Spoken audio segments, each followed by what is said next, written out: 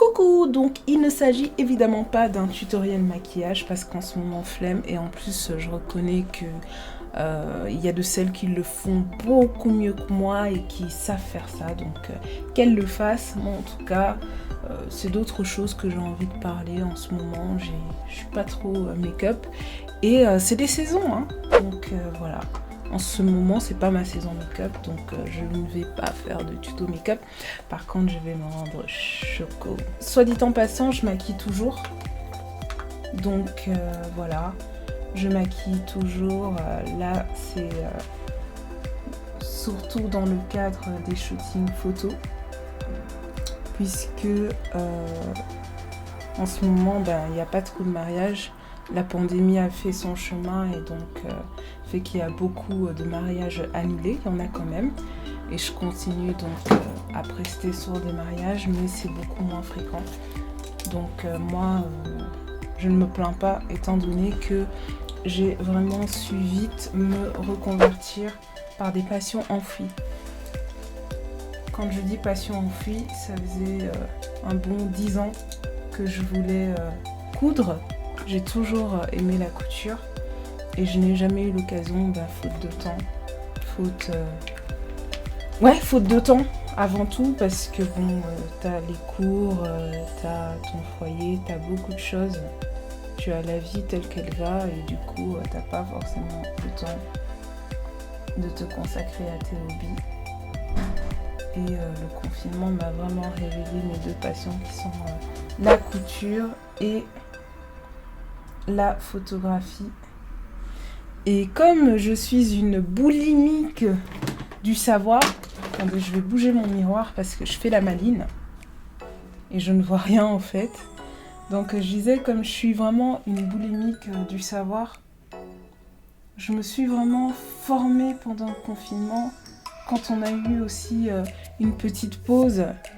Donc je me suis formée donc aussi en dehors du confinement et puis boum, reconfiné. Donc évidemment, je continue à me former puisque c'est quelque chose aussi qui me manquait énormément. C'est quand tu vis à du 200 à l'heure, tu n'as pas le temps de te poser, de lire, de réfléchir. Et malheureusement, c'est ce dans quoi beaucoup d'entre nous, si pas quasi tout le monde, est conditionné. Puisqu'il faut payer les factures, il faut se nourrir et pour cela il faut travailler. Presque j'aurais vraiment voulu, et c'est vraiment mon goal dans la vie, c'est de pouvoir justement faire du travail en tant que tel, donc le travail alimentaire, quelque chose de secondaire, pour pouvoir apprendre, pour pouvoir donner, pour pouvoir partager. Donc voilà. Je parlais tout à l'heure des make-up artistes qui, je trouvais, étaient plus doués que moi dans tout ce qui est tutoriel et tout. Et ça me fait penser à un truc, c'est que on a souvent tendance à ne pas reconnaître nos pairs. Et ça, c'est quelque chose de dommage puisque c'est une force de pouvoir reconnaître le bon chez les autres sans être forcément animé par un sentiment de jalousie, de concurrence. Et de concurrence malsaine, je dirais. Parce qu'il y a une concurrence saine, tu sais, là où tu te dis, si l'autre y arrive à ce point, arrive à faire de magnifiques choses, mais waouh, j'apprécie et ça me motive et ça me donne cette envie de me dépasser. Et puis tu as la négative là, la négative là qui te prend au cœur, ton cœur devient noir, ton cœur devient serré. C'est pas évident et c'est pas quelque chose de forcément naturel. Si tu l'as pas dans ta nature, en fait, c'est quelque chose que tu pourras pas manifester.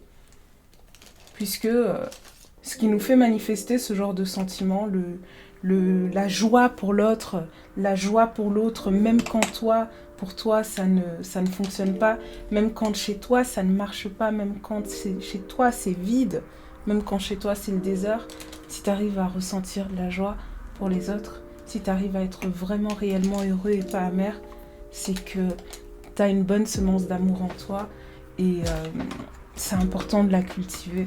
C'est important même de se parler à soi quand tu ressens ce genre de sentiment, de se parler, de calmer ton âme, de calmer ta pensée et de faire une genre de contrebalance,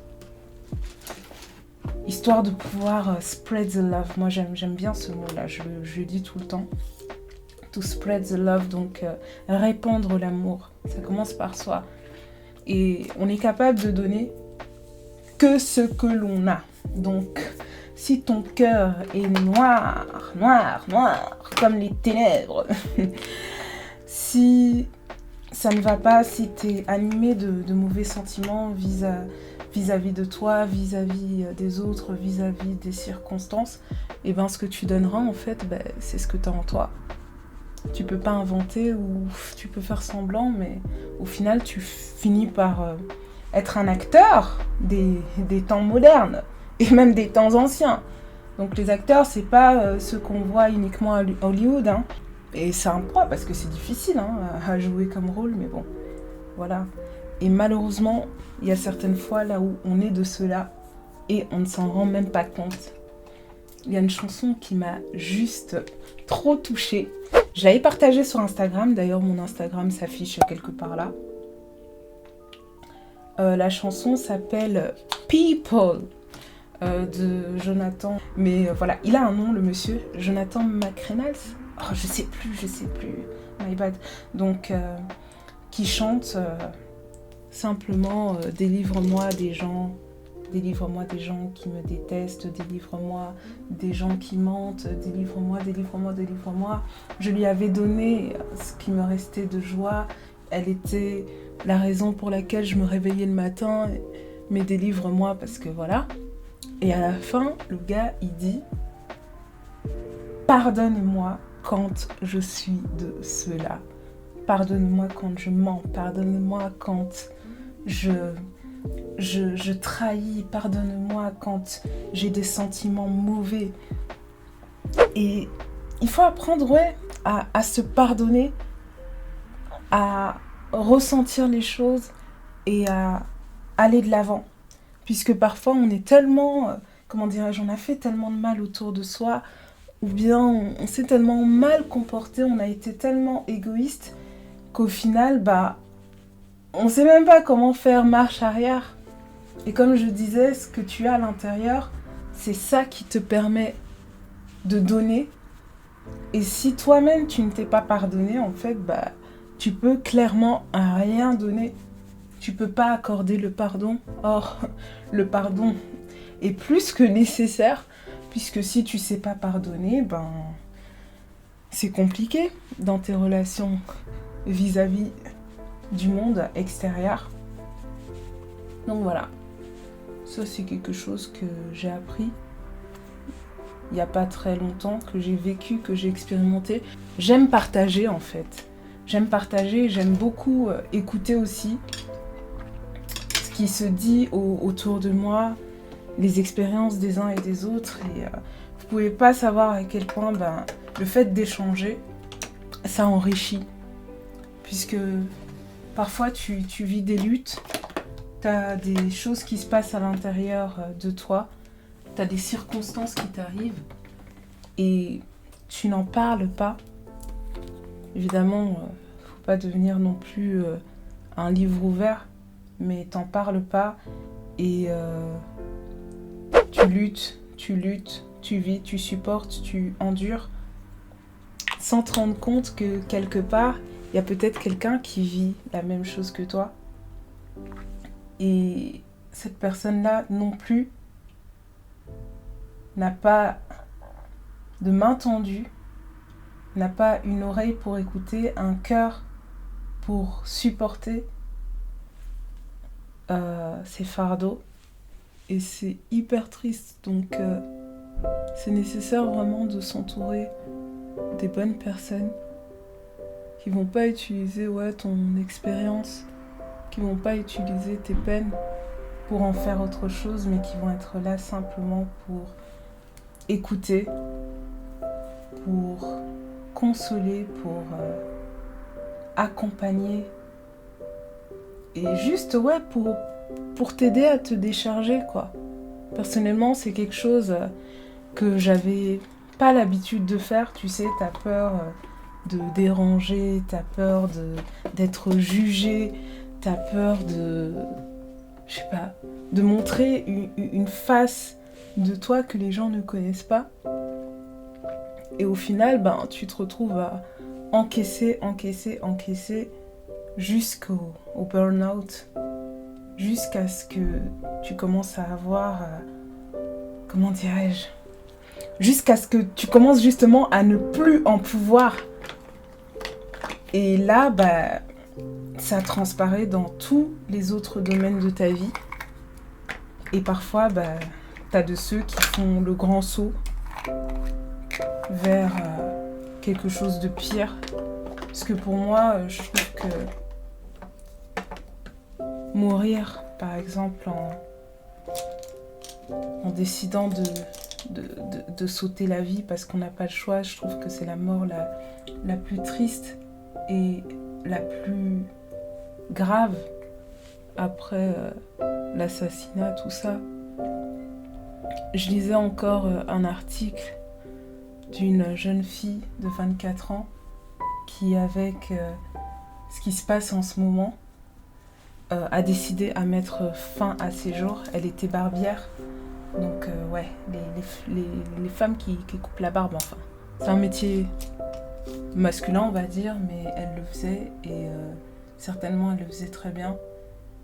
Et avec la situation actuelle, financièrement, c'était plus possible. Elle venait d'ouvrir son truc, donc imaginez les dégâts, pas d'aide de l'État, rien du tout. Et elle a pris la décision de mettre fin à ses jours. Et ça m'a beaucoup touchée parce que je me dis que peut-être elle n'a pas eu quelqu'un à qui parler. Peut-être elle n'a pas eu d'oreille, elle n'a pas eu de main tendue. Et ça m'a complètement retournée. Mais c'est essentiel en fait. Quand on est là pour toi, d'être là aussi pour les autres et de savoir rendre l'appareil. Parce qu'au final, oui, on est seul, mais on n'est pas fait pour évoluer seul. Ça, c'est un mensonge. Tu peux t'en sortir seul, tu feras les choses par toi-même, mais ne pas avoir une empreinte positive dans la vie des autres, c'est un gâchis, puisqu'au final, vivre comme ça, c'est vivre de manière égoïste, vu que quelque part dans nos familles, quelque part dans notre entourage, même dans notre boulot, partout, il y a toujours quelqu'un qui a besoin d'aide à un moment ou à un autre, tout comme toi, à un moment donné, tu auras besoin de quelqu'un. Et c'est essentiel de toujours avoir ça dans la tête. Malheureusement, la société dans laquelle on évolue a vraiment tendance à privilégier tout ce qui est à l'extérieur, à privilégier les avoirs, à privilégier le travail, les gains, tout ça, et oublie de traiter l'intérieur. Donc oui, il y a des métiers de psychologie, de psychanalyse et tout, mais nous les hommes, on oublie tout ça. Et tu sais, t'es tellement absorbé dans ton quotidien que parfois même t'oublies que toi-même tu vas mal, toi-même tu es blessé et t'as pas le temps de soigner tes blessures, t'as pas le temps de voir même plus loin que ton nez parce que t'es conditionné par la société, t'es conditionné par tout ça.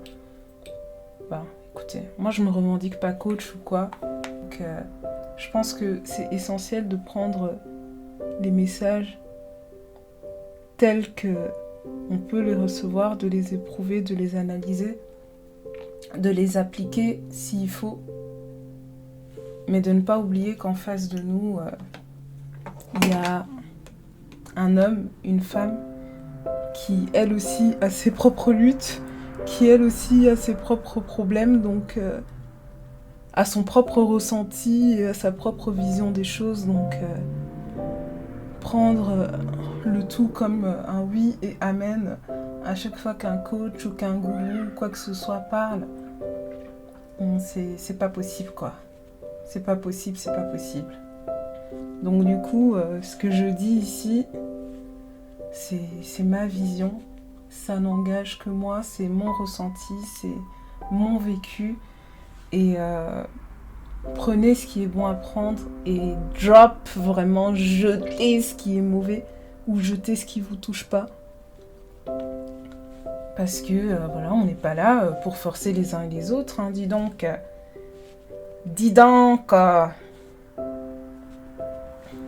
J'aime bien faire mon teint.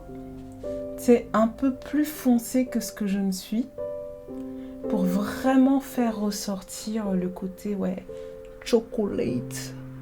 Choco mama, choco papa. J'aime plus trop l'highlight super clair en dessous des yeux. Remédions vite. Là, ça va, comme ça, ouais. Ça me plaît beaucoup plus, surtout que je maquille mes yeux, là.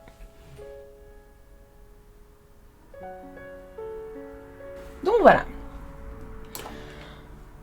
Comme je disais tout à l'heure, c'est important de ne pas rester seul, de ne pas rester cloîtré. Quand bien même sur le terrain, c'est pas forcément possible parce qu'on est encore confiné. C'est important de reprendre contact.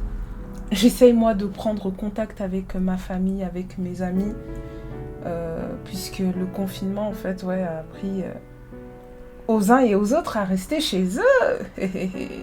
Les gars, c'était vraiment pas facile, hein. Le début du confinement, c'était une horreur. Tu t'imagines ?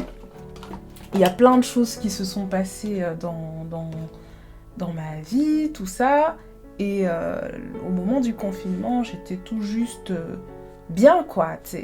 C'est là que tu te dis, bon, nouvelle année, new year, new goals, tout ce que tu veux. Tout va bien, mois de janvier, mois de février. Et puis, boum, le mois de mars arrive avec tout son lot de doutes, tout son lot de peur, panique. C'est moi, ma mère travaille dans un hôpital et elle m'a dit, ma cocotte, pour avoir travaillé dans l'unité Covid, au début, c'était vraiment chaud. Au début, on savait vraiment pas quoi faire, ça a vraiment surpris tout le monde et voilà quoi. Donc ça nous a surpris dans notre quotidien, ça nous a surpris dans notre vie, ça nous a surpris dans notre façon de voir la vie aussi. Puisque c'était, oui, métro, boulot, dodo, on te voit pas, on ceci, on cela, t'es là en train de travailler, acharné dans le travail, acharné, absorbé par les enfants, absorbé par le ménage, absorbé par le train-train quotidien tel qu'on l'avait tous. Et puis, boum, badaboum, tout s'arrête. Tout ton rythme de vie, tout ton écosystème, en fait, s'effondre complètement. Même si c'est le temps d'un mois, tu vois. Parce qu'il y a des gens qui, vraiment, le temps d'un mois, ont tout perdu. Il y a eu une tendance immobilière qui a réjoui certains, mais qui témoignait, en fait, du fait qu'il y ait des gens qui ont perdu leur maison, qui ont perdu leurs parents, leurs enfants, leurs grands-parents, mais en si peu de temps comme ça, que ça touche autant de familles, que ça touche le monde dans sa globalité presque. Et gloire à Dieu, l'Afrique a vraiment été épargnée, parce que sinon ça aurait été encore pire, ça aurait été un carnage. Mais non. Donc t'as des choses comme ça qui arrivent pour un but. Nous autres qui sont encore de ce monde, qui avons la capacité de faire les choses bien, ça doit nous sonner un petit peu l'alarme de nos décisions, l'alarme de nos vies, l'alarme du temps qui passe. pour que demain, en fait, ne ressemble pas à hier. C'est aujourd'hui que ça doit commencer. Tout s'était effondré. Je suis tombée dans un genre de questionnement interne, à savoir à quoi ma vie servait au final, qu'est-ce que j'allais faire pour le reste. Je me suis vraiment posé les vraies questions. Je me suis dit, mais ça aurait pu être moi, emportée par la maladie après très peu de temps. Ça aurait pu être l'un de mes proches. Qu'est-ce que je lui ai apporté? Qu'est-ce que j'ai été pour l'un ou l'autre? Et c'est là que je me disais, tu sais, il y a une pensée qui remontait dans ma tête qui me disait, mais en fait, toi, t'es l'amour de la vie de qui? Tu sais? Et je me disais, mais comment ça, l'amour de la vie de qui que ce soit? Et je suis même sortie, au final, dans ma réflexion du cadre de la relation amoureuse, pour me dire, bah c'est vrai, en fait. T'es l'amour de la vie de qui? À qui est-ce que tu témoignes de l'amour? À qui est-ce que tu accordes ton temps? Qu'est-ce que tu fais pour les autres? Qu'est-ce que tu donnes? Qui peut compter sur toi réellement? Qui peut compter sur ta patience? Qui peut compter sur tes conseils? Et je me suis rappelé, mis à part ma famille et tout, que j'ai des gens autour de moi qui sont là, de manière ponctuelle parfois, parce que voilà, on travaille tous, on bouge énormément, mais t'as des gens de manière ponctuelle avec qui t'échanges et qui te disent à la fin, waouh, vraiment ça m'a fait du bien ce que tu m'as dit.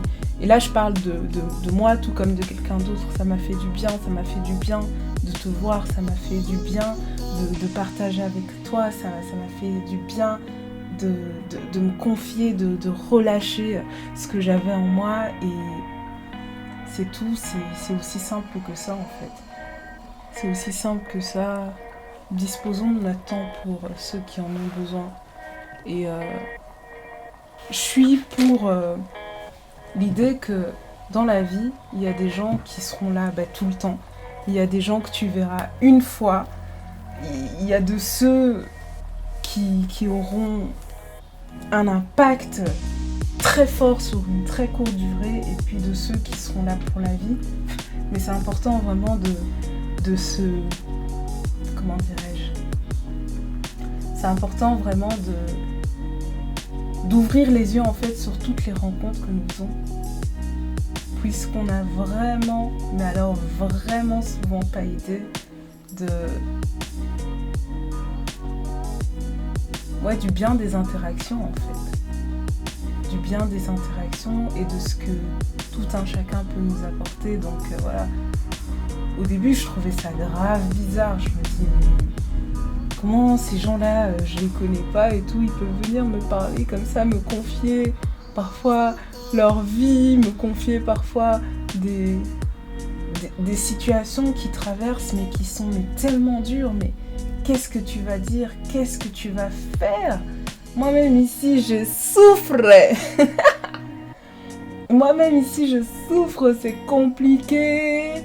Mais voilà, il y a toujours... pour moi, c'est Dieu qui donne des inspirations et qui te donne en fait une parole, quelque chose qui fait du bien à la personne, et elle se dit ouais non, j'ai bien fait de parler à cette personne plutôt qu'à une autre, même si je la connaissais pas, même si. Après bon, soyons prudents, on encourage les interactions, mais bon, c'est parfois ce qu'on appelle le destin qui fait que pour une raison ou pour une autre, tu vas rencontrer quelqu'un dans un cadre, vous allez échanger et cette personne-là va te donner la paix, va te donner la joie le temps d'un instant. Et le fait en fait que ces instants-là soient réguliers, qu'on puisse aller vers les autres, qu'on puisse avoir toutes ces interactions, c'est ça en fait le trésor de l'humanité, c'est le partage. Le trésor de l'humanité, c'est pas seulement les richesses, c'est pas seulement ce qu'on voit, ce qui frappe aux yeux, mais c'est ça. On nous a pas créés seuls, on ne vit pas seul parce que on est des êtres qui sont faits pour l'interaction. Et même si t'as pas de famille, même si t'as pas de personnes, je dirais, préétablies, parce que ouais, la famille, entre guillemets, c'est préétabli, et encore parfois, dans la famille, tu vas te retrouver avec des cas, oh mon Dieu. Et ça peut être au coin d'une rue, dans un parc, une personne âgée, un enfant parfois qui peut t'apporter énormément de réponses, et il faut être sensible à ça, je pense en tout cas. Donc voilà, et ne pas hésiter à dire bonjour, tu sais, à donner un sourire, ce genre de choses, parce que on se rend pas compte d'à quel point ça peut changer le cours d'une journée. Et jour après jour, si on change le cours d'une journée, ou bien qu'on nous change le cours de la nôtre, ou qu'on nous apporte quelque chose, ben c'est comme ça qu'on y arrive en fait. Ouais, ce serait vraiment ennuyant en fait, si tout était déjà écrit, si tout était déjà établi et qu'on n'avait pas la capacité de bouger les choses. On s'ennuierait vraiment, J'ai appris à apprécier ce qu'on appelle le désert, les épreuves. Les épreuves, les gars. Quand t'as des épreuves, quand tout s'écroule, quand tout s'effondre, quand tu n'y arrives pas, ou tu n'y arrives plus, j'encouragerais, à essayer peut-être de faire comme moi j'ai fait en imitant ce que j'ai vu et ce qui a marché autour de moi. Quand tout s'effondre, tu te décides à apprécier ce moment-là, à te ressourcer pendant ce moment-là, pour que quand tu sors de là, mon gars, tu aies une expérience en béton, que tu aies un caractère forgé, que tu aies une nouvelle perception, parce que oui, les déserts, ça apporte de nouvelles perceptions, le désert, ça apporte de nouveaux horizons, et si tu les vis pas, en fait, peut-être que tu pourras pas être un témoignage, peut-être que tu ne pourras pas être une aide pour quelqu'un d'autre qui passerait dans les mêmes conditions après toi. Une fois que tu sors de là, en fait, tu te dis « Wow, I did it, guys !» Tu te dis « Wow, I did it !» Et quand maintenant, c'est parce que ça m'est arrivé vraiment... ça m'arrive tout le temps, en fait. Quelqu'un vient, te raconte une histoire et tu lui dis « Non, t'inquiète, moi, je comprends ce que tu vis. Je comprends, voilà. Il n'y a personne qui est là pour te juger. Il n'y a personne qui est là pour te condamner dans tes choix, dans tes idées ou quoi.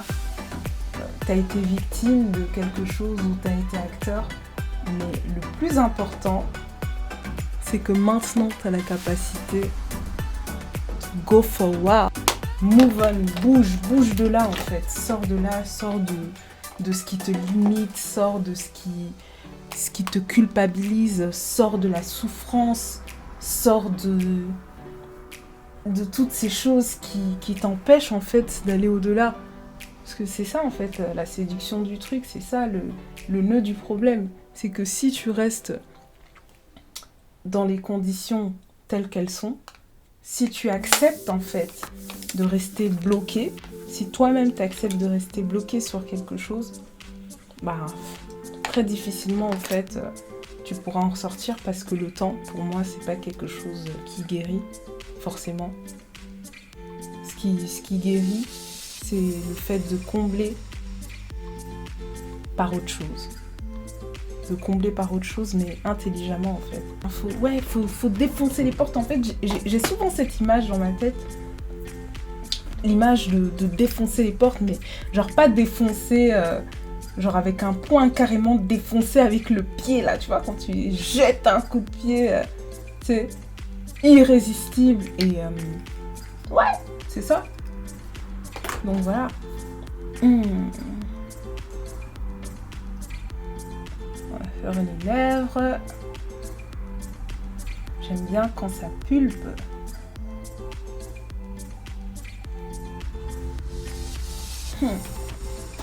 I'm gonna be chocolate.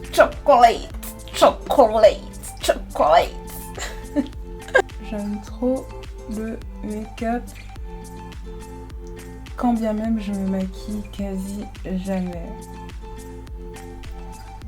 J'aime maquiller les autres en fait. Parce que je trouve que, je sais pas, le fait d'être en face de la personne, je sais pas si je suis trop bizarre, hein, vous pouvez me le dire de toute façon, mais le fait de maquiller la personne, d'avoir la personne devant soi en fait, c'est ça que j'aime. J'aime pas trop me maquiller moi-même, enfin. La meuf trop bizarre, mais bon. J'aime pas trop me maquiller moi-même, j'aime maquiller les autres, j'aime coiffer les autres, j'aime faire pour les autres. Et dans ce que je vous disais tout à l'heure, c'est que dans mon travail, en fait, j'ai toujours beaucoup donné. Et c'est un besoin pour moi en fait. Et je me suis rendu compte, même que parfois on donne, mais on donne pas aux bons endroits. On donne pas aux bons endroits, tu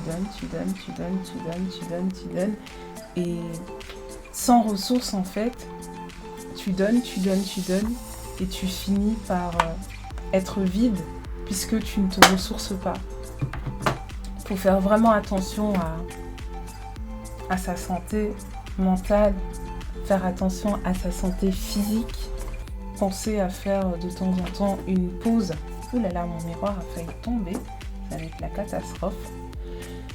Donc voilà, je disais de penser de temps en temps à faire une pause et à réfléchir, à faire le point pour soi-même. Parce que sinon, t'avances comme ça un petit peu comme le vent te porte. Et ça, c'est vraiment pas bon et pas recommandé. J'essaie de me ressourcer, de faire des pauses de temps en temps. Des pauses carrière, et c'est comme ça qu'en fait vous ne me voyez plus pendant un temps. J'ai pas dit qu'il y a de celles ou de ceux qui m'attendent, hein, mais je dis voilà, on me pose parfois la question, mais où tu es, qu'est-ce que tu fais, pourquoi tu disparais comme ça, pourquoi t'es pas régulier, pourquoi et ça c'est un truc qui m'a toujours étonnée en fait, c'est que toi, bon, tu vis ta vie, et quand j'y étonnée, c'est pas dans le mauvais sens, c'est quelque chose qui te touche, tu vois, parce que tu te dis, ah ouais, il y a quand même des gens qui pensent à toi de temps en temps, et quand bien même toi tu sais les purposes, donc les raisons qui te poussent à faire ça, n'oublie pas qu'à côté, même si tu prends ta pause, même si voilà et tout, n'oublie pas qu'à côté, il y a des gens à qui pensent à toi, il y a des gens qui t'aiment et qui ont parfois besoin de toi. J'aime bien mes lèvres. Je trouve qu'il y a un manque de pop quelque part. On va mettre du crayon noir. Le crayon noir est toujours une bonne idée. Ou même le crayon beige d'ailleurs. Toujours une bonne idée. mettre du gloss aussi parce que on a envie que ça pop un petit peu. Qu'est-ce que vous en pensez?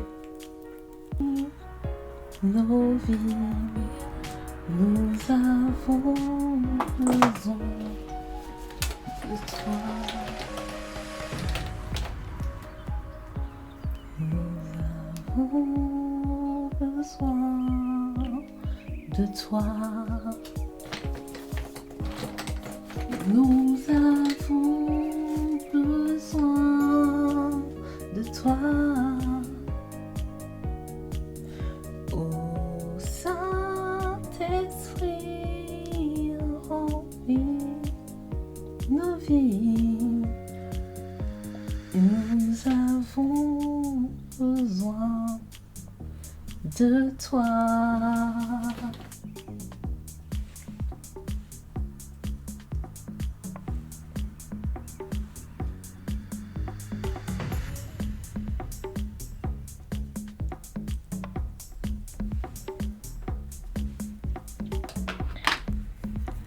Ok, let's go to the lashes.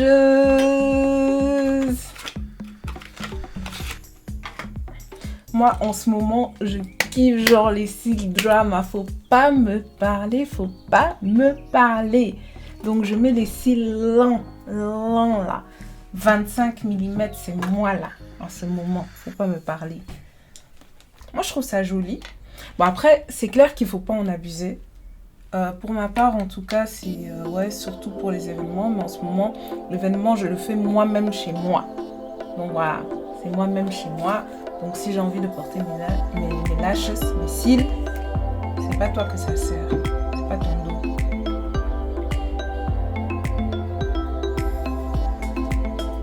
Ok, je mets mes cils et je reviens.